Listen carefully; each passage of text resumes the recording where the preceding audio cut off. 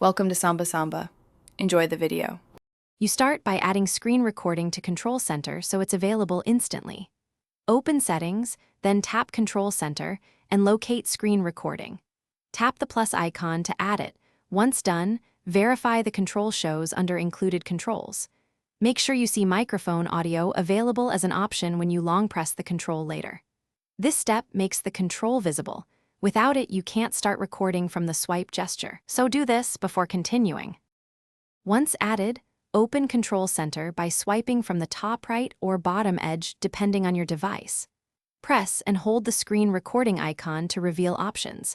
Here you can toggle microphone audio and pick where the video saves or which app to share with. Make sure to select microphone on if you need voiceover, otherwise leave it off for system-only audio. After configuring, tap Start Recording. You'll see a brief countdown, and then the recording begins.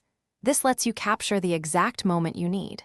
To finish, tap the red status bar or return to Control Center and tap the screen recording icon to stop. The clip automatically saves. If you set a specific app as the destination, open that app to confirm the file landed there. If the recording fails, make sure screen recording isn't restricted in screen time and that you have available storage.